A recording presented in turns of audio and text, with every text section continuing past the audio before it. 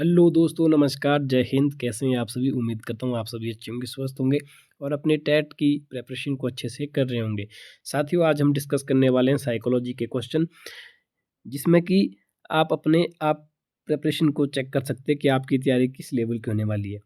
जो हम ये क्वेश्चन साइकोलॉजी के डिस्कस करने वाले हैं, ये प्रीवियस ईयर में आए हुए हैं टेट के एग्ज़ाम में रिसेंटली।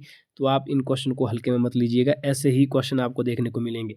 ठीक है, अगर मैं इस वीडियो की बात करूँ, इस वीडियो में हम 30 क्वेश्चन डिस्कस करने वाले हैं। 30 में से कम 10 या 12 क्वेश्चन आपको अपने टेट के एग्ज़ाम में इसमें से देखने को मिलेंगे ही मिलेंगे, क्योंकि आप जानते हैं कि टेट के एग्ज़ाम में मैक्सिमम क्वेश्चन जो रिपीट होते हैं, खास तौर पे साइकोलॉजी के। ठीक है, तो चलिए गाइस, शुरू करते हैं वीडियो को। पहला क्वेश्चन है, निम्न में से एक प्रतिभाशाली बालक की विशेषता क्या है?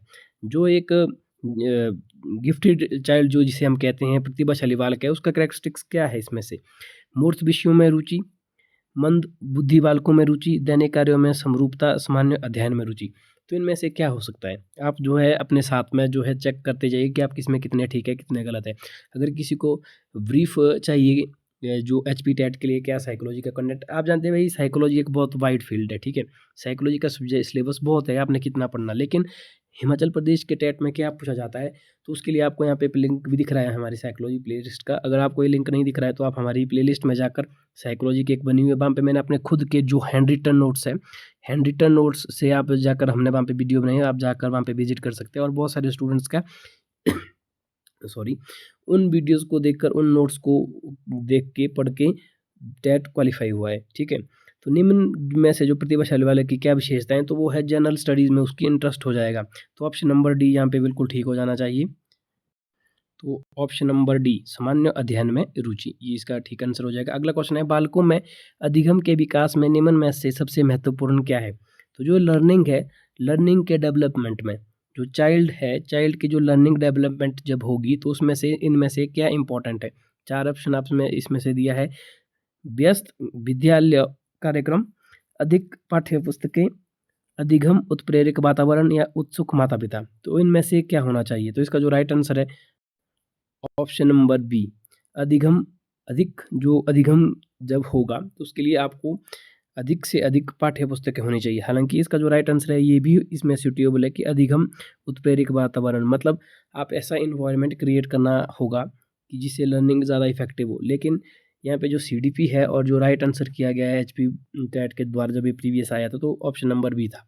ठीक है, अगला क्वेश्चन है गाइज, बहुत ही ज़्यादा इंपॉर्टेंट है ये क्वेश्चन, अक्सर एग्जाम में देखने को मिलता है। ये जो बुद्धि है, इंटेलिजेंस है, इंटेलिजेंस से रिलेटेड आपको 3 से 4 क्वेश्चन अमूमन देखने को मिलेंगे ही मिलेंगे हर सीरीज़ में, हर एक सब्जेक्ट में, चाहे आप टीजीटी आर्ट्स हो, TGT medical, non medical, JBT, या फिर शास्त्री इत्यादि का दे रहे हो, इंटेलिजेंस से रिलेटेड आपको क्वेश्चन मिलेंगे ही मिलेंगे। आपको फिर से मैं एक बार बताना चाहता हूँ, जो हमारी साइकोलॉजी की प्लेलिस्ट है, उसमें दूसरा या तीसरा चैप्टर है इंटेलिजेंस का, बुद्धि के ऊपर पूरा है। हार्डली वो 30 कर मिनट की वीडियो होगी, पूरा चैप्टर उसमें डिस्कस किया है। बुद्धि से रिलेटेड जितने भी परीक्षण हुए हैं, बुद्धि से रिलेटेड कितने तरह की इंटेलिजेंस होती है, पूरा डिटेल लेक्चर आपको मिल जाएगा। ठीक है, उसमें आपको एक गारंटी देता हूँ 100%, ये आपको कह रहा हूँ, मेरी बात को यकीन मानो। अगर आप उस चैप्टर को देख लेते हैं, तो उससे बार बुद्धि का पूछेगा ही नहीं कुछ। ठीक है, 30 मिनट की वीडियो, हर जितने भी क्वेश्चन है वो उसी में से आएंगे। जैसे ये क्वेश्चन है, निम्न में से सामूहिक बुद्धि भाषात्मक परीक्षण है, तो कौन सा है इसमें भाषात्मक परीक्षण? बीने साइमन बुद्धि परीक्षण, आर्मी अल्फा परीक्षण, स्टैनफोर्ड विनय परीक्षण, या आर्मी बीटा परीक्षण। ठीक है, तो अगर आप जो है नई प्रिपरेशन कर रहे हो, तो आप बिल्कुल ही कन्फ्यूज़ हो रहे होगे ये क्या चीज़ है, 4 परीक्षण है। लेकिन अगर आपको डिटेल्ड इन्फॉर्मेशन चाहिए, क्योंकि हम इस वीडियो में विस्तारपूर्वक एक्सप्लेनेशन नहीं करेंगे, क्योंकि वीडियो लंबी बन जाएगी। ठीक है, तो इसके लिए आपको पहले विजिट करना होगा। अगर आप तैयारी कर रहे हैं, तब आपको पता है इसका जो राइट वो होना चाहिए option number B, army alpha परीक्षण। जो आर्मी अल्फा परीक्षण है, वो जो है ग्रुप इंटेलिजेंस के लिए इस्तेमाल किया जाता है, ये वाला परीक्षण। ठीक है, तो अगला जो क्वेश्चन है वो है, हमारे मस्तिष्क का चेतन भाग होता है, तो कितना होता है? तो ये होता है गाइज ऑप्शन नंबर ए, 1/10। जो 1/10 होता है हमारे माइंड का, वो होता है कॉन्शियस माइंड। आप जानते हैं जो साइकोलॉजी में इसको 3 पार्ट्स में बांटा जाता है, कॉन्शियस, अनकॉन्शियस और सबकॉन्शियस। ठीक है, चेतन, अर्धचेतन और अचेतन मन। ठीक है, तो जो चेतन मन का भाग होता है वो 1/10 होता है। डिटेल एक्सेल की स्किल को हमने वीडियो बनाई है, तो आप जाकर विजिट कर सकते हैं। अगला क्वेश्चन है, मानव का विकास निम्न में से किस पर निर्भर होता है? सो गाइज, इसका जो राइट आंसर है वो होना चाहिए ऑप्शन नंबर डी। आप यहाँ पे देख भी सकते हैं कि जो मानव है, ऑप्शन नंबर डी इसका राइट आंसर है कि जो मानव है उसकी बुद्धि तथा वातावरण से मिलने वाली परिपक्वता जो होती है, मेच्योरिटी जो होती है, उसके ऊपर डिपेंड करता है जो ह्यूमन डेवलपमेंट। ठीक है, आपको मैं एक फॉर्मूला बताता हूँ, ये क्वेश्चन अलग अलग तरीके से पूछा जाता है। जब भी आपको पूछे कि डेवलपमेंट के बारे में कोई भी क्वेश्चन पूछे कि ह्यूमन डेवलपमेंट या चाइल्ड डेवलपमेंट, मतलब बच्चे का विकास, बच्चे का एजुकेटेड विकास हो या जनरल ह्यूमन का पूछा जाए, तो इसका जो फॉर्मूला होता है गाइज वो आपको मैं बता देता हूँ। इस फॉर्मूले को आप याद करें, यहाँ से आपको 2 क्वेश्चन देखने को मिलेंगे। ठीक है, जो डेवलपमेंट होता है, एक सेकेंड, जो डेवलपमेंट होता है वो होता है हेरिडेटी इनटू जो इन्वायरमेंट। अब आप कहेंगे ये क्या फॉर्मूला है? जब भी विकास हो, विकास हमेशा इन 2 की अनुक्रिया के ऊपर डिपेंड करता है कि उसका इन्वायरमेंट कैसा है, उसकी हेरिडिटी कैसी है। हेरिडिटी का मतलब होता है आनुवंशिकता। ठीक है, जो जीन्स। तो जब भी किसी इंसान का या किसी भी बच्चे का, क्योंकि साइकोलॉजी में हम खासतौर पे सीडीपी जो चाइल्ड डेवलपमेंट पैडागोजी होती है, उसमें हम चाइल्ड के बारे में डिस्कस करते हैं। तो उसका जो विकास होता है, किसी भी तरह का विकास हो, ठीक है, वो जो है डिपेंड करता है कि उसका इन्वायरमेंट, वातावरण और हेरिडिटी के ऊपर। आप कहेंगे सर यहाँ तो हेरिडिटी का जिक्र नहीं हुआ है, हालांकि इन्वायरमेंट के बारे में तो बात की है। तो गाइस जो बुद्धि है ना, तो ये भी तो हेरिडिटिकल फैक्टर ही है। तो ये इसीलिए तो मैं आपको कह रहा हूँ कि ये क्वेश्चन अलग अलग तरीके से पूछे जाते हैं। ठीक है, तो इसलिए आपको ये बिल्कुल ध्यान रखना है कि किस तरह से हो, फॉर्मूला इसमें यही लगेगा। अगला क्वेश्चन है, ये पेडागोजी का है। इसमें आपको अपना जो एलिमिनेशन मेथड से आप कर सकते हैं। अगर आपने जानना है कि एलिमिनेशन मेथड क्या है, तो आप हमारे, फिर से मैं कहूँगा कि प्लेलिस्ट को विजिट करो। सारी चीज़ें मैंने बता रखी है गाइस। ठीक है, ये मैं आपको जल्दी जल्दी बता रहा हूँ क्योंकि वीडियो लंबी बन जाएगी। ठीक है ना, और कल के बाद आप जैसे देख रहे हैं कि वीडियो अब हमारी डेली आ रही है, तो हम जो है आपको प्रीवियस ईयर के क्वेश्चन विद ब्रीफ एक्सप्लेनेशन के साथ बताने जा रहे हैं। ठीक है, आप अपनी कक्षा में से कुछ क्षेत्रों को चुनकर 6 महीने में उनमें से होने वाले विकास की एक रिपोर्ट तैयार करना चाहते हैं।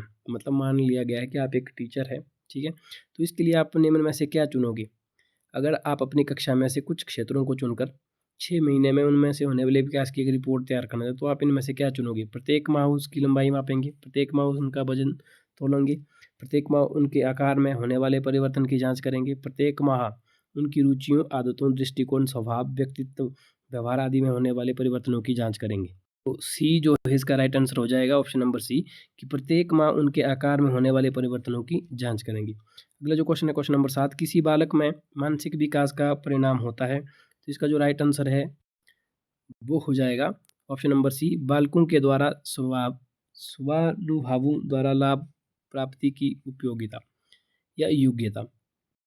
तो गैस आ गया वही क्वेश्चन जो हर बार स्टेट में आता ही आता है, डिसलेक्सिया, डिस्ग्राफिया, डिस्थीमिया, मतलब इस तरह के ये जो विकार है, ठीक है, डिसेबिलिटीज़ उनको बोलते हैं, डिसेबिलिटीज़ या विकार जो है, ये 8-10 तरह की होती है, और 8-10 में से हर एक टेट में एक ना एक पूछा जाएगा। जैसे यहाँ पे डिसलेक्सिया पूछा गया है, डिस्ग्राफिया पूछा जाएगा। ठीक है, तो डिसलेक्सिया जो है एक समस्या जो किससे संबंधित है? बोलने से, सुनने से, बोलने व सुनने से, पढ़ नहीं है, यहाँ पढ़ना है।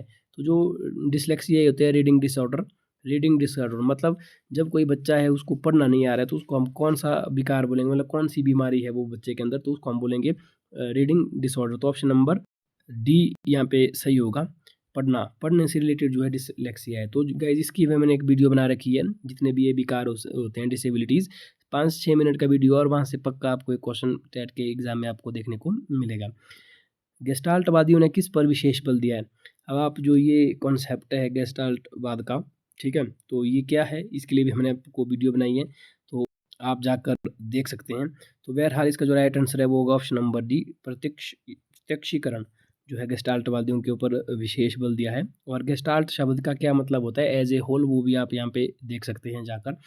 मनोविज्ञान व्यवहार का शुद्ध विज्ञान है, यह कथन किसका है? तो एक क्वेश्चन ये आएगा पक्का, 30 क्वेश्चन आते हैं साइकोलॉजी में, उसमें से 1 से लेकर 2 क्वेश्चन आपको आएंगे स्टेटमेंट के। इसके लिए आपको घबराना नहीं है, स्टेटमेंट भी मैंने आपको बता रखी है, 14-15 स्टेटमेंट्स मैंने दी है जो अमूमन अक्सर पूछी जाती है। वैसे तो साइकोलॉजी में बहुत सारी स्टेटमेंट्स हैं जिनको हम पूरा नहीं पढ़ सकते, लेकिन 10 से 15 स्टेटमेंट ऐसे हैं जो मैंने खुद से एनालाइज किया, जो बार बार पूछी जाती है। उनमें से एक है ये, जो बिहेवियरिज्म है, व्यवहारवाद है, ये अलग अलग तरीके से पूछा जाता है। तो ये कथन किसका है? तो जब भी बिहेवियरिज्म आए, तो आपको क्या करना है, जब भी बिहेवियर या व्यवहार का जिक्र हो कि भाई मनोविज्ञान में व्यवहारवाद के ऊपर, व्यवहार के ऊपर किसने ज़्यादा जिक्र किया है, कि व्यवहार के बारे में किसने स्टडी किया है, या ये कथन किसका है, मतलब तो जब भी आपको ये दिखे तो इसका जो राइट आंसर होगा वो होगा वाटसन, JB वाटसन। आप यहाँ पे देख सकते हो ऑप्शन नंबर सी यहाँ पे बिल्कुल ठीक हो जाएगा, JB वाटसन। जब भी व्यवहार की बात आए मनोविज्ञान में तो ये इसके ऊपर किसने काम किया है, तो वाटसन ने किया है। तो गाइज़ आज के लिए बस इतना ही। जी हाँ, मैंने आपको वीडियो के पहले कहा कि 30 क्वेश्चन को डिस्कस करेंगे, लेकिन आज जो हमारा ये सेटअप जो है सर्वर ये काम नहीं कर पा रहा है किसी कारणवश, बार-बार जो है इसमें टेक्निकल ग्लिच आ रहा है, तो इसलिए आज हम सिर्फ 10 ही क्वेश्चन को डिस्कस किया है। बाकी अगर आप हमारे साथ जुड़ा रहना चाहते हैं तो चैनल को ज़रूर सब्सक्राइब करें, वीडियो को लाइक करें और आप किस तरह की नेक्स्ट वीडियो कौन से सब्जेक्ट के ऊपर चाहते हैं, किस तरह का कंटेंट चाहते हैं, MCQ चाहते हैं या हम और जैसे साइकोलॉजी के लिए और फिर से भी मैं ला सकता हूँ, जैसे चैप्टर वैसे हमने जैसे लर्निंग थ्योरीज है, पावलो जीन पियाजे का कॉग्निटिव डेवलपमेंट है, ठीक है, वाइगोत्स्की की है, ये सबको फिर से वैसे मैंने करवा रखी है प्ले लिस्ट में। अगर फिर से चाहते तो फिर से मैं इसके लिए लेकर आ सकता हूँ। तो आप अपनी राय कमेंट सेक्शन में ज़रूर दें। मिलते हैं नेक्स्ट वीडियो में, अपना ख्याल रखिएगा। जय हिंद।